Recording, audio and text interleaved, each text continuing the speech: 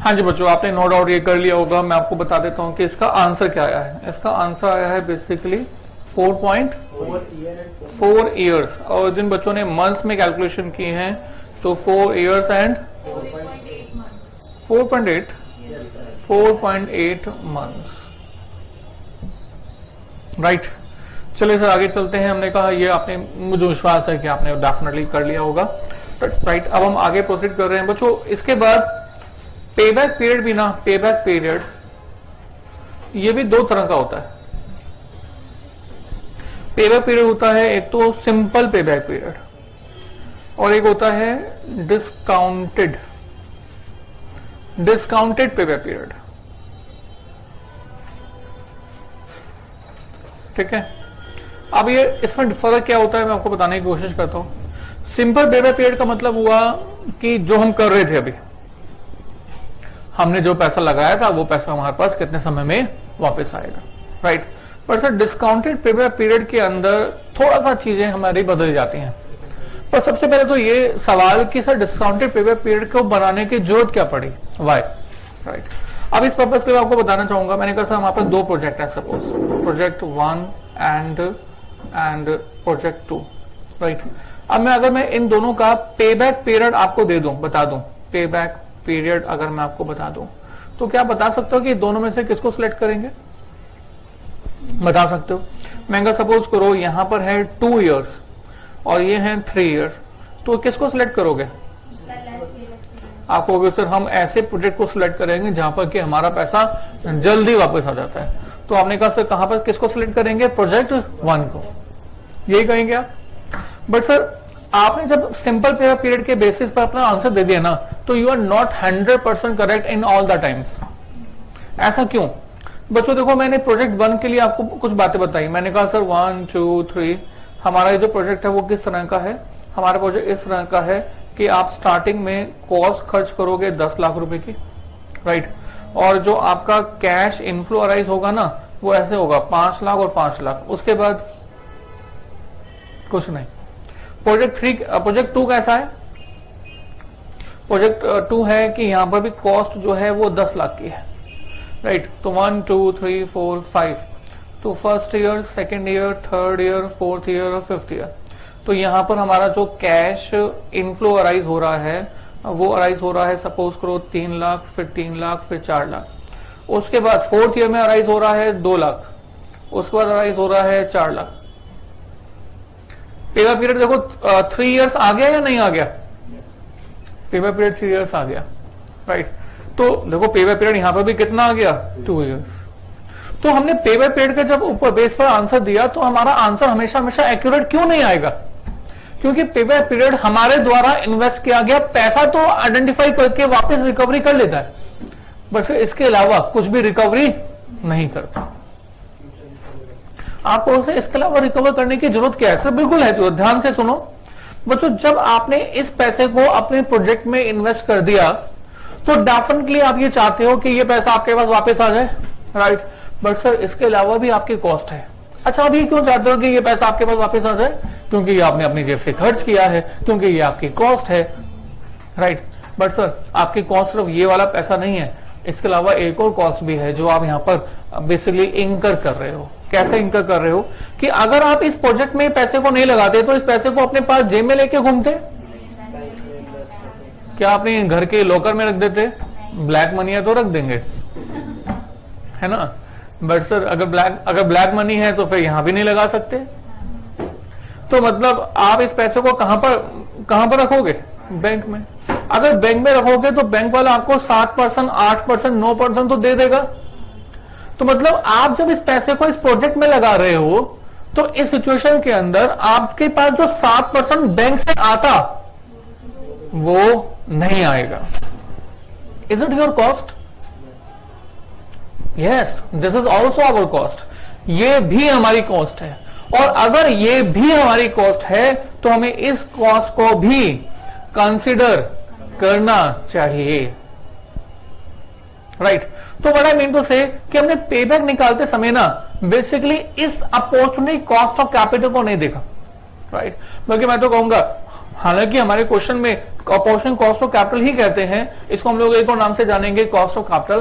पर बच्चों opportunity cost of capital से भी एक ऊपर कोई चीज होगी, समझाने की कोशिश कर रहा हूं, ध्यान सुनना। बैंक से अगर आपको मान लो 7% रिटर्न मिल रही है और ये प्रोजेक्ट भी आपको मान लो 7% रिटर्न दे दे, तो आप इस प्रोजेक्ट में पैसा इन्वेस्ट करना चाहोगे या फिर बैंक में? अरे भाई बैंक में ना, मुझे रिस्क लेने की जरूरत क्या है? मैं घर में बैठूंगा, ठंड के समय में पकोड़े खाऊंगा, गर्मी के समय में एसी में बैठूंगा, तो why I have to take such an kind of risk in the business? 10 lakh को बिजनेस में क्यों लगाऊंगा मैं, अगर मुझे उतना ही मिल रहा है जितना कि बैंक वाला मुझे घर बैठे अपने आराम से दे रहा है, राइट? तो मतलब मुझे अपने प्रोजेक्ट से जो पैसा एक्चुअल में रिटर्न की फॉर्मेट में चाहिए वो उतना नहीं चाहिए जो बैंक वाला दे रहा है, उससे ज्यादा चाहिए, उससे ज्यादा चाहिए। तो what we mean to say, what I mean to say that हमारा जो यहां पर हमारी जो रिटर्न एक्सपेक्टेशन होती है प्रोजेक्ट की, उसको हम बोलते हैं, एक और नाम से जानते हैं, that is called desire return. And our this desire return is always more than the rate offered by the bank.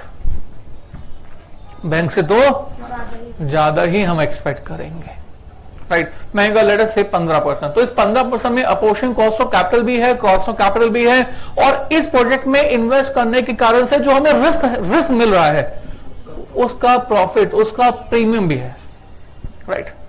तो आप समझते हो कि सर हर एक बिजनेस जो है, every business will not provide the same kind of the risk, right?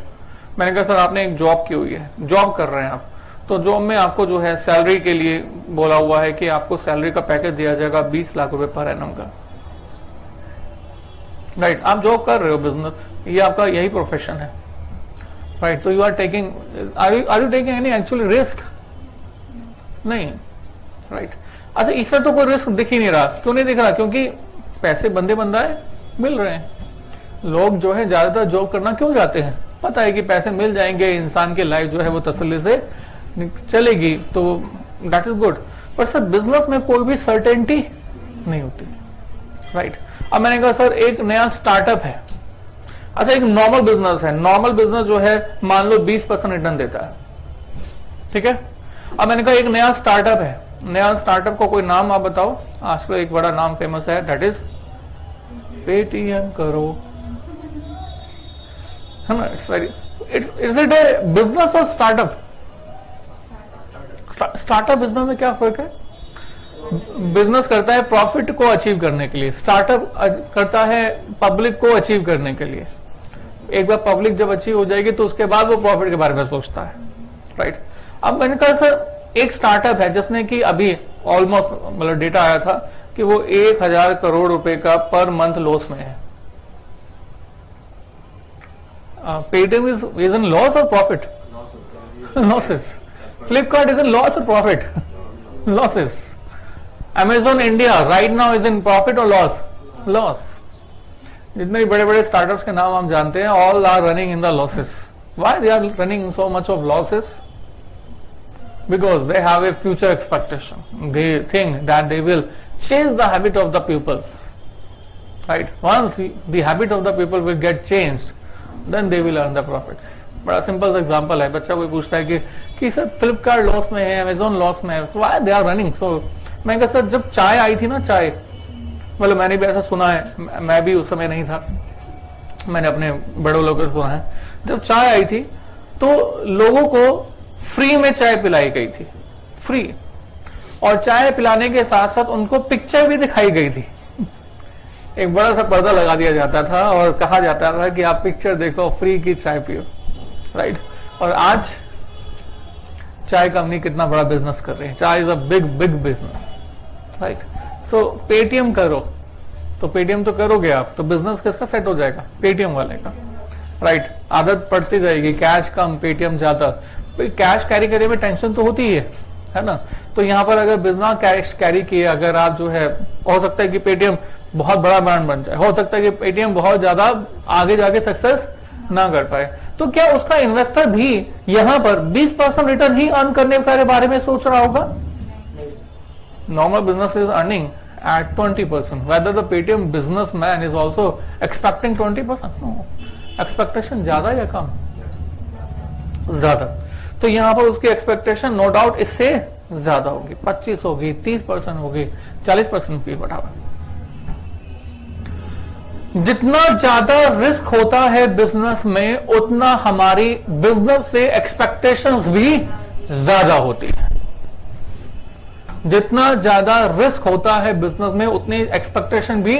तो मतलब प्रोजेक्ट 1, प्रोजेक्ट 2, प्रोजेक्ट 3, प्रोजेक्ट 4, अगर डिफरेंट 4, 5, 6, 7 प्रोजेक्ट हैं और सभी के सभी का नेचर अलग अलग है, तो सबका जो ये हमारा डिजायर रिटर्न है वो एक जैसा नहीं होगा, अलग अलग होगा. किसको डिसाइड करना पड़ेगा? आपको, मुझे नहीं, बिजनेसमैन को. How the businessman, how the investor is expecting from this his business. तो इसलिए आपको मुझे इस बारे में टेंशन लेने की जरूरत नहीं है. But we must have a knowledge कि yes we have to take this desire return also. हमने पेबैक निकालते समय, हमने पेबैक पीरियड निकालते समय ये जो डिजायर रिटर्न थी ना, डिजायर रिटर्न 7%, 8%, 20%, इसको हमने कंसिडर नहीं किया, है ना. तो बच्चों जब हम इस 7%, 8%, 20% को भी कंसिडर करेंगे, उसके बाद पेबैक पीरियड निकालेंगे, that kind of payback period is called discounted payback period. I think clear. मैं रिपीट करता हूं. मैंने कहा पेबैक पीरियड का, डिस्काउंटेड पेबैक पीरियड का मीनिंग क्या है. लिखेगा discounted payback period. It is a time gap within which, almost वैसे जैसे कि पहले स्टार्ट किया था, पहले लिखा था, within which we are earning, या we नहीं, sorry, within which investor is getting his money back with, हाँ जी क्या लिखूं, with opportunity cost of capital oblique cost of capital oblique desire return oblique, इसका एक और नाम हम लोग कई बार क्वेश्चन में देखेंगे, that is minimum desire return. Right. So minimum desire return को कंसिडर करने के बाद हमारा बिजनेसमैन, हमारा इन्वेस्टर, इन्वेस्ट किया गया पैसा कितने समय में वापस रिकवर कर लेता है, उस टाइम गैप को, उस टाइम पीरियड को हम लोग क्या बोलते हैं, discounted payback period. I think clear. Right. अब आपका इंग्लिश सर इसको फाइंड कैसे करेंगे. बच्चों इसको फाइंड करने के लिए आपको मुझे थोड़ा सा टाइम वैल्यू मनी रिपीट करना होगा, करवाना होगा. राइट. समझाने की कोशिश कर रहा हूं, बड़ा सिंपल है बच्चों. इनफैक्ट मैंने कहा रिपीट क्यों कर रहा हूं, रिपीट इसलिए, रिपीट वर्ड क्यों यूज कर रहा हूं, क्योंकि टाइम वैल्यू मनी हर बच्चे ने कहीं ना कहीं किया हुआ. आपको कभी हमने नहीं किया हुआ. राइट. बिल्कुल किया हुआ सर, बिल्कुल आप झूठ बोल रहे हो, आपको पता नहीं. देखो मैंने कहा सर आज की वैल्यू 1 लाख रुपए है, बताओ 5 साल के बाद ये वैल्यू कितनी होगी, जिसमें कि आर जो है वो 10% है. हाँ जी किया हुआ है या नहीं. यस किया हुआ है. तो 5 साल के बाद जो वैल्यू होगी उसको मैंने अमाउंट बोल दूं. राइट. आप कहेंगे सर ये जो मेथड होता है अमाउंट निकालने का उसको क्या बोलते हैं, कंपाउंडेड मेथड. और कंपाउंडेड वैल्यू मेथड के अंदर हम लोग अमाउंट जो फाइंड करते हैं that is amount A equal to P into 1 plus R power T, एक फॉर्मूला होता है. यस. अच्छा अमाउंट फाइंड कर रहे हैं, पी कितना है 1 लाख, 1 प्लस आर कितना है 0.10, टाइम कितना है 5 years. So amount is equal to 1 lakh into this is we have this number we have. अब बच्चों ये जो नंबर है ना 1 इंटू 1 प्लस 0.15, इसको हम बोलते हैं कंपाउंडेड वैल्यू फैक्टर. क्या बोलते हैं, कंपाउंडेड वैल्यू फैक्टर. और जो ये कंपाउंडेड वैल्यू फैक्टर होता है that can be computed in the two way. हम लोग 2 तरह से निकाल सकते हैं. ये 2 तरीके कौन कौन से होते हैं, एक तो होता है कैलकुलेटर और दूसरा होता है table. Right. Calculator and table. पहले कैलकुलेटर बता दूं, पहले कैलकुलेटर बताता हूं। कैलकुलेटर से कैसे करना होगा, आप पहले 1.10 लिखो। आपको वैसे क्या फाइंड करना है, पावर 5, ये नंबर निकालना है। तो कैलकुलेटर पे ऐसे कैसे निकालेंगे, पहले 1.101 लिखो, 1.1, उसके बाद मल्टीप्लाई का साइन प्रेस करो, फिर इक्वल टू का साइन प्रेस करो। इस तरह से जो आपकी कैलकुलेटर की स्क्रीन पर आपके पास आंसर होगा वो पावर 2 का होगा, ठीक है। उसके बाद इक्वल टू और प्रेस करो तो आपके पास आपके स्क्रीन पर आंसर होगा वो 3 का होगा। पहली बार जो आंसर आया वो किसका आया, 2 का, उसके बाद 3 का, उसके बाद फिर से एक बार और इक्वल टू, आंसर किसका आएगा, 4 का, एक बार और इक्वल टू 1.10 पावर 5। आपको कितनी पावर चाहिए थी, 5 पावर के लिए आपने इक्वल टू कितनी बार प्रेस किया, 4 बार। Be careful, right. एक कैलकुलेटर मुझे दिखाइएगा। तो जो हमने कहा हम आपके साथ एक बार कैलकुलेटर पे करके देखते हैं कि क्या आता है। तो definitely 1.1 multiply by equal to power कितनी आ गई, मतलब आंसर जो लिखा हुआ है स्क्रीन पर वो क्या है, पावर 2 का, and then equal to power 3, power 4, power 5, ठीक है। तो जो नंबर आ गया वो कितना आ गया, 1.61051, राइट। और इस नंबर को हम लोग यहां पर यूज करेंगे तो अमाउंट हो जाएगा 1 लाख इंटू 1.61051, तो मल्टीप्लाई करके आ गया 1.61051 लैक्स। मैं आपको बता दूं बच्चों, ये जो नंबर निकाला ना, ये नंबर बेसिकली शो क्या कर रहा है, प्लीज ध्यान दीजिएगा। ये नंबर शो कर रहा है कि अगर t0 पर 1 रुपए की वैल्यू है और अगर रेट 10% है तो इस 1 रुपए की वैल्यू 5 साल के बाद क्या बन जाएगी, 1 रुपए की वैल्यू अगर ये बन जाएगी तो 1 लाख की वैल्यू क्या बन जाएगी, 1.61051 लैक्स। यस, अच्छा। तो बच्चों ये तो हमने कहा ये है कैलकुलेटर का कमाल। अब टेबल से करेंगे तो कैसे करेंगे, तो बच्चों आपकी बुक के सबसे लास्ट में हमने एक टेबल दी हुई है, उस टेबल को आप निकालिएगा। हाँ जी बच्चों, जब आप टेबल देखेंगे ना बच्चों, टेबल कौन सी देखेंगे, टेबल देखेंगे future value factor table, right. अब टेबल में क्या होगा, ध्यान से सुनेगा, टेबल में क्या होगा कि इस तरह से दो नंबर, मतलब 2 तरह से नंबर्स गिवन होंगे, rate and time. Rate given होगा 1%, 2%, 3%, 4% सो ऑन, और टाइम गिवन होगा 1, 2, 3, 4, 5, 6, 7 एंड सो ऑन, राइट। अब आप देखो कि आपको जो कैलकुलेशन में वैल्यू चाहिए वो क्या चाहिए, यू नीड दिस क्या चाहिए आपको, 1.10 पावर 5, राइट। तो टाइम कितना चाहिए आपको, 5 इयर्स। रेट कितना चाहिए, तो यहां पर 10% ढूंढ लेना, राइट। तो इस 5 को और इस 10% को, इन दोनों को मैच कर देना, गॉट इट। तो ये कितना है, 1.61051। सेम है या नहीं, टेबल देख के बताओ सेम है या नहीं। हाँ जी, मिल गया नहीं, एन्युटी टेबल नहीं बोला मैंने, फ्यूचर वैल्यू फैक्टर टेबल।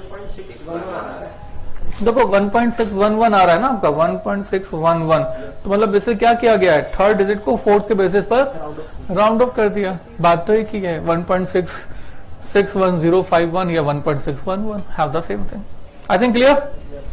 चलिए कम बैक, बहुत अच्छी बात। तो बच्चों हमने कहा हम टेबल से भी देख सकते हैं और हम कैलकुलेटर से भी फाइंड कर सकते हैं। ये कब किया हमने, जब हमने आज की वैल्यू को किस में कन्वर्ट कर दिया, फ्यूचर में। अब बच्चों अगर आपको फ्यूचर की वैल्यू को आज की वैल्यू में कन्वर्ट करना होगा तो क्या करेंगे,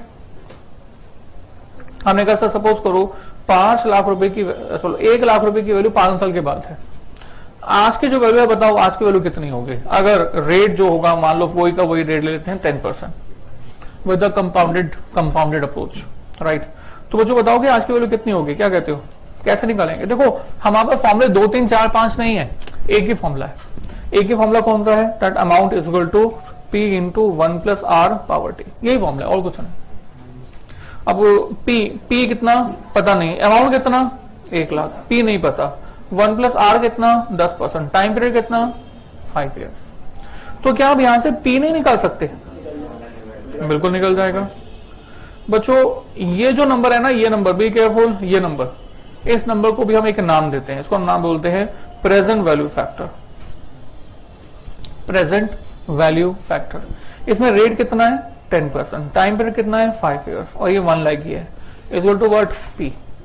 और जो ये प्रेजेंट वैल्यू फैक्टर है that can be computed in any of the 2 ways. आप यहां पर भी इसको 2 तरीकों से फाइंड कर सकते हो। ये 2 तरीके कौन कौन से होते हैं, फिर से वही कैलकुलेटर और दूसरा टेबल।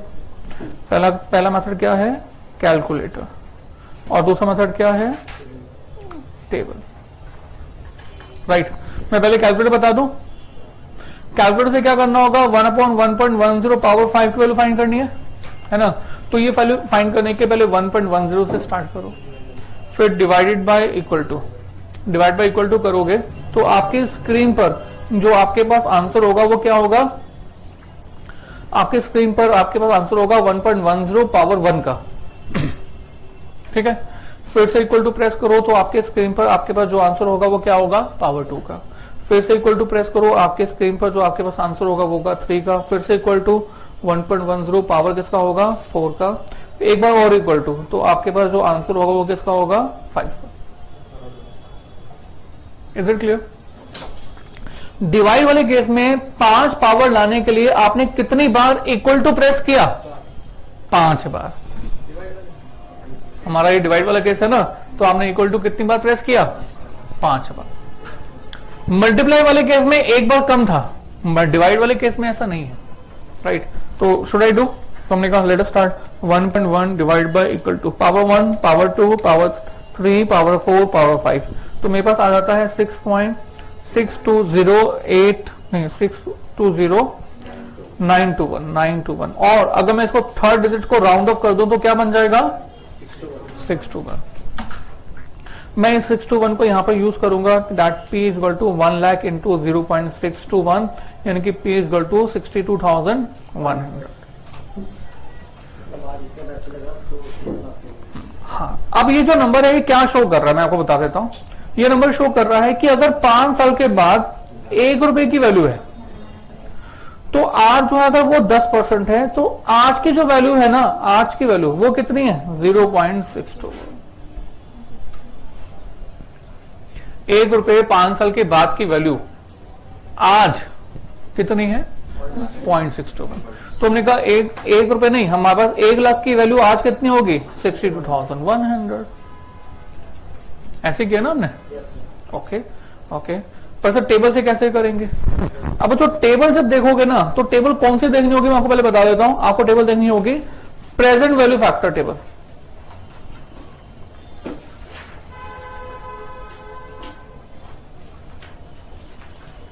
टेबल कौन सी देखनी होगी प्रेजेंट वैल्यू फैक्टर। ये टेबल भी वैसे ही है जैसे हमारे पास पहले वाली टेबल थी, राइट। यहां पर भी क्या होगा, यहां पर भी आपके पास दो लाइंस चल रही होंगे। यहां पर चल रहा होगा रेट और यहां पर टाइम। वही rate 1%, 2%, 3%, 4%, 5%, 6% and so on. Time 1, 2, 3, 4, 5, 6 and so on. कितने इयर्स की बात हो रही है यहाँ पर 5 इयर्स की। कितने रेट की बात हो रही है 10%। तो 5 इयर्स के सामने 10% के नीचे इसको हम लोग मैच कर लेंगे और आप देखोगे ये वाला जो नंबर है वो भी कितना होगा 0.621। तो आप टेबल से भी देख सकते हो और कैलकुलेटर से सिंपल वे में भी कर सकते हो। I think easy. अच्छा, अब आप थोड़ा सा याद करो हम लोग क्या कर रहे हैं कैपिटल बजटिंग। कैपिटल बजटिंग में क्या कर रहे हैं डिस्काउंटेड पेबैक पीरियड, राइट। मैं डिस्काउंटेड पेबैक पीरियड पे वापस आ गया और डिस्काउंटेड पेबैक पीरियड का मतलब मैंने आपको क्या बताया, it is the time gap with in which investor is getting his in money back with opportunity cost of capital या फिर कॉस्ट ऑफ कैपिटल या फिर डिजायर रिटर्न या फिर minimum desire return, right. Now the example with this, right. अब हम इसका example करते हैं। तो एग्जांपल नंबर नेक्स्ट कौन सा एग्जांपल है ये, क्या एग्जांपल बनेगा। सो ऑलमोस्ट ऐसे ही एग्जांपल होगा जैसे कि पहले किया था हमने sir.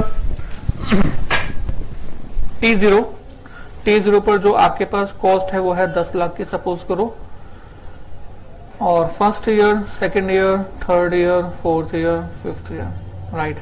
And cash inflows, cash inflows है let's say 4 lakh, 3 lakh, 3 lakh, 4 lakh, 4 lakh, and cost of capital मैंने लिख दिया और कॉस्ट ऑफ कैपिटल ले लिया, कुछ भी ले सकते हैं 9%। क्वेश्चन क्या कह रहा है, क्या फाइंड करो, find discounted pay back period, discounted. बच्चों कभी कभी क्वेश्चन आपको बोलता है पे बैक पीरियड फाइंड करो, तो इस केस में कौन सा पे बैक पीरियड फाइंड करोगे, डिस्काउंटेड वाला या सिंपल वाला? सिंपल वाला। वैसे तो मैं तो कहूंगा कि दोनों ही फाइंड कर देना अगर कर सकते हो तो, पर सिंपल वाला भी करोगे तो चल जाएगा। ओके, यहां पर तो डिस्काउंटेड पे बैक पीरियड ही कह रहा है फाइंड करने के लिए। अब हम क्या करेंगे, कैसे करेंगे, कुछ सोच के बताओ। Statement showing cumulative cash inflow, right. पर क्यूमुलेटिव कैश इनफ्लो के अलावा यहां पर हमें दूसरा काम भी करना है कि जो ये कॉस्ट ऑफ कैपिटल है, उस कॉस्ट ऑफ कैपिटल को भी हर एक नंबर में से हटा देना होगा, राइट। अच्छा, कॉस्ट ऑफ कैपिटल का नाम मैं यहां पर बदल रहा हूं, इसको मैं बोल रहा हूं basically minimum desire return, minimum desire return. तो मिनिमम डिजायर रिटर्न मैं यहां से हटा रहा हूं, राइट। अच्छा बच्चों ऊपर देखो एक बार, 1 2 3 4 5। बच्चों ये 5 साल हैं, इन 5 साल के अंदर आपके पास कैश इनफ्लोज हैं, we have 4 lakh, 3 lakh, 3 lakh, 4 lakh and 4 lakh, right. पहले क्या करते थे हम लोग, हम कहते थे कि 10 लाख का जो अमाउंट है ना वो कितने सालों में रिकवर हो जाएगा, वो जो टाइम पीरियड है, टाइम अमाउंट है, टाइम है, दैट इज पे बैक पीरियड। अब तो ऐसा नहीं कर रहे, आप क्या कह रहे हैं कि सर जो 4 लाख, 3 लाख, 4 लाख, 4 लाख रुपए हमारे हो गए ना, अमाउंट आया है, उसमें से पहले हम लोग रिटर्न जो है वो रिकवर करेंगे।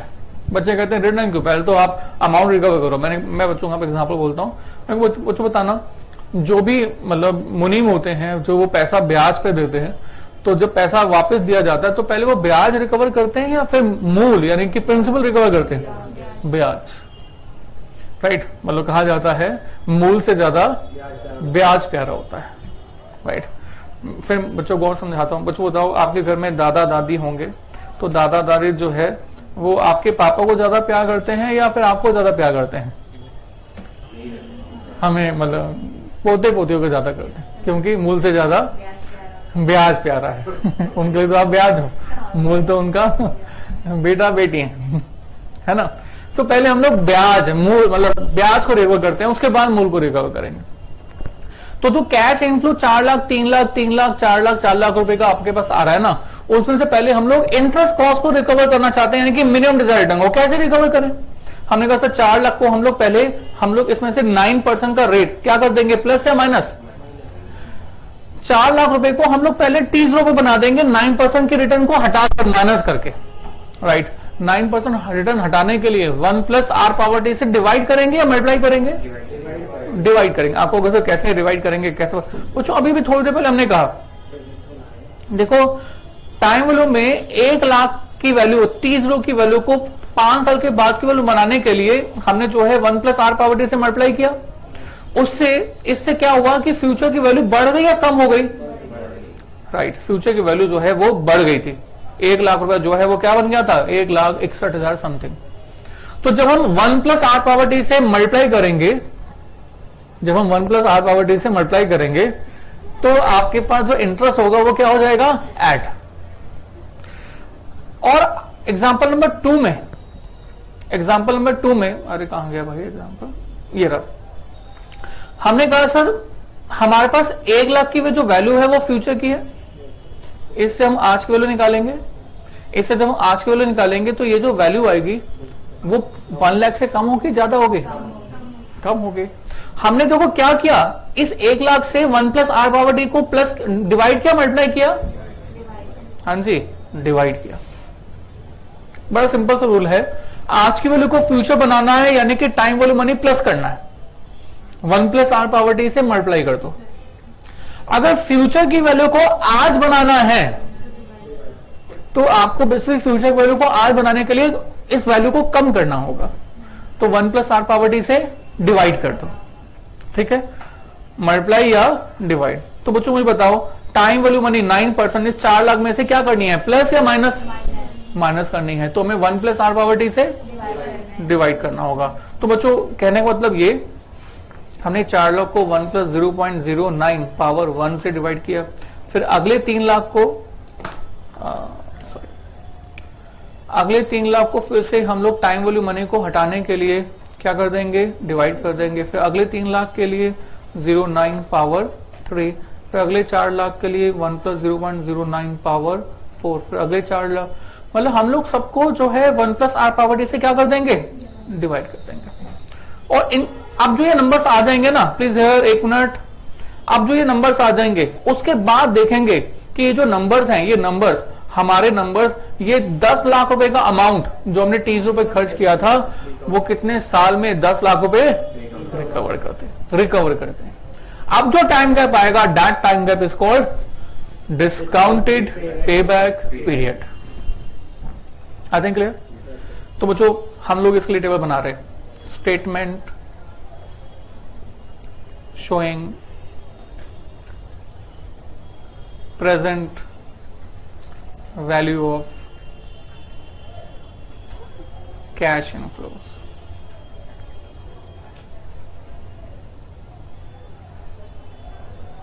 Years 1, 2, 3, 4, 5 years.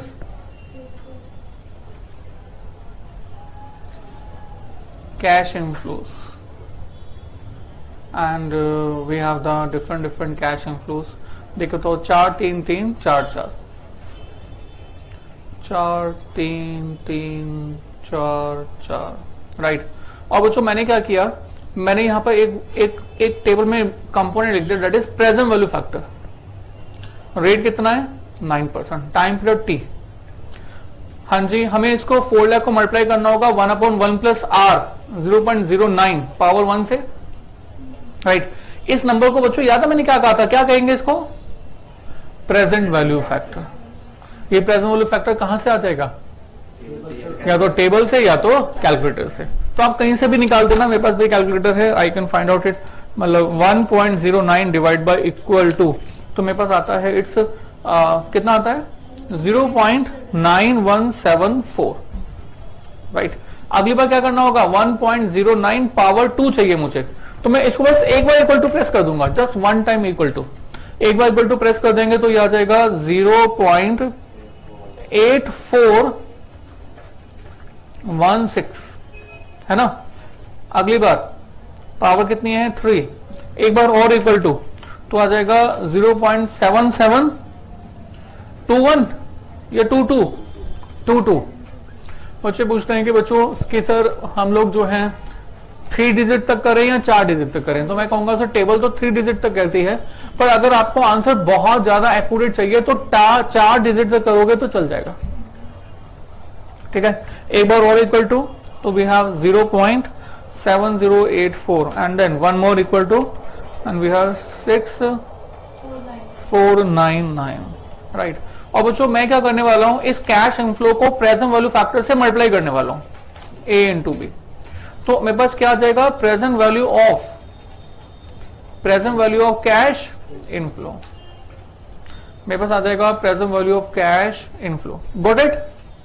4 लाख की जो वैल्यू थी वो 1 साल के बाद की वैल्यू थी, उसमें से 9% की डिजायर रिटर्न मैंने माइनस कर, 9% है ना, कुछ हो रहा है 9% है, सो 9% की डिजायर रिटर्न माइनस कर दी। तो ऐसा करने पर मेरे पास एक प्रेजेंट वैल्यू आ गई है, और ये प्रेजेंट वैल्यू जो है वो मल्टीप्लाई करके बता दो कितना आता है, 4 lakh into this number, yes please, 366960 and then 3 lakh into 0.8416, yes please, 252480 and again 3 lakh into this 231660, one more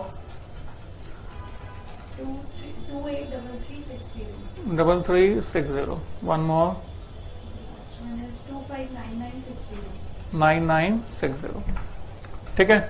तो बच्चों ये जो नंबर्स आ गए, इन नंबर्स को हमने क्या कहा, प्रेजेंट वैल्यू। देखो बच्चों 1 साल के बाद हम कमाएंगे तो 4 लाख, उसमें से 9% की डिजायर रिटर्न हटा के आज की वैल्यू मतलब प्रिंसिपल जो अमाउंट का कंपोनेंट जो हमें रिकवर करेगा वो कितना करेगा 366,960। हम लोग 2 साल के बाद कमाएंगे तो 3 लाख, बट जो डिजायर रिटर्न है 9% के हिसाब से 2 साल की, वो हटाने के बाद वैल्यू कितनी बचेगी 2,52,480। 3 साल बाद कमाएंगे तो 3 लाख, उसकी आज की वैल्यू डिजायर रिटर्न हटा के वो ये है, एंड सो ऑन। ठीक है, मतलब हमने डिजायर रिटर्न इन नंबर्स में जो है डिजायर रिटर्न हटा दी है। अब हमें क्या रिकवर करना है? अब हमें क्या रिकवर करना है?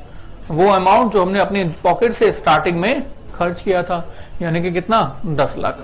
अब हम देखेंगे कि बाकी जो अमाउंट बच गए हैं वो अमाउंट हमारे 10 लाख को कितने सालों में रिकवर करते हैं।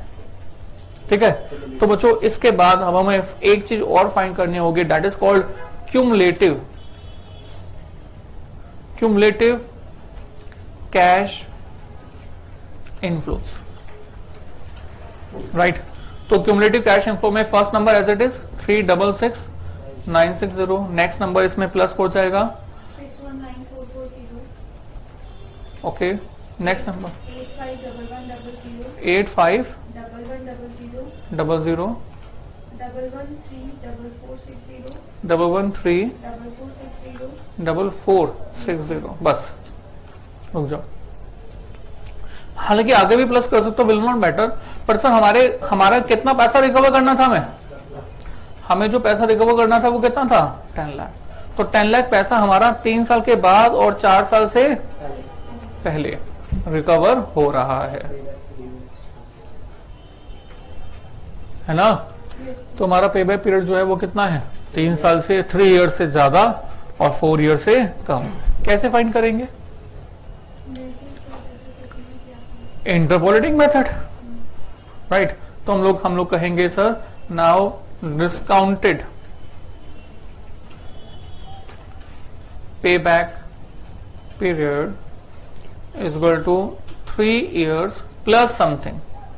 एंड ये जो समथिंग है ना, इस समथिंग को हमने स्टार बना दिया, स्टार बना के हमने लिखा that we are going to find out interpolating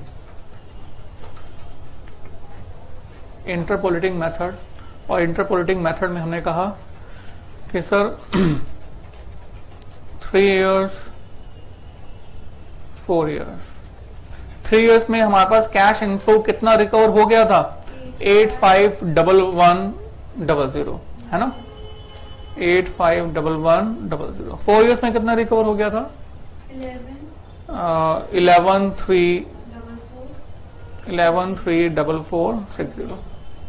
तो इसका मतलब ये हुआ कि 12 महीनों में 12 मंथ्स में जो पैसा टोटल रिकवर होगा वो कितना होगा 2283360। राइट, और आपको रिकवरी कहां तक करनी है बच्चों 10 लाख तक। तो 10 लाख एंड 85 इसको हटा देते हैं 148900। इसके लिए हमें कितना समय लगेगा? This is we have to find out. Right, बच्चों बुक्स में ना बहुत सारे फॉर्मूला दिए हुए हैं कि डिस्काउंटेड पीरियड के लिए ये वाला फॉर्मूला यूज करेंगे, आईआर के लिए ये वाला फॉर्मूला यूज करेंगे। Nothing you have to use, concept is only there. ठीक है, सो हमने कहा if amount recovered is ₹2,83360, then time, तो टाइम कितना लगेगा 12 महीने। If amount recovered is ₹1, then time is equal to 12 months divided by 283360। And if amount recovered is ₹148,900, then time is equal to 12 months divided by 283360 into 146.3 क्या आ गया months. तो इसको हम लोग यहां पर ऐड कर दें, so this is 6.3 months. Years में फाइंड करने की जरूरत ही नहीं है। ईयर्स में फाइंड करने की जरूरत होता है, इट्स फाइन। 6.3 इज अपने आप में एक नंबर है। ऐसे भी कर सकते हैं 3 years 6 months। हाँ हाँ बिल्कुल। आई थिंक क्लियर, कोई डाउट इसमें? एक छोटा सा एग्जांपल करेंगे इसके जैसा। हाँ जी, यस। एग्जांपल नंबर सेकंड तो नहीं है, डिस्काउंटेड के लिए सेकंड है। चलो ठीक है। T0 cost of investment 20 lakh 1 2 3 4 5 and cash inflows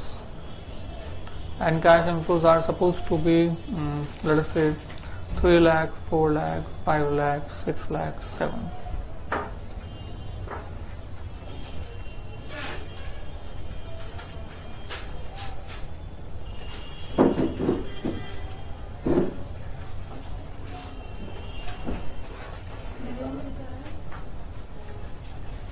इसको हम डिस्काउंटिंग फैक्टर भी बोलते हैं।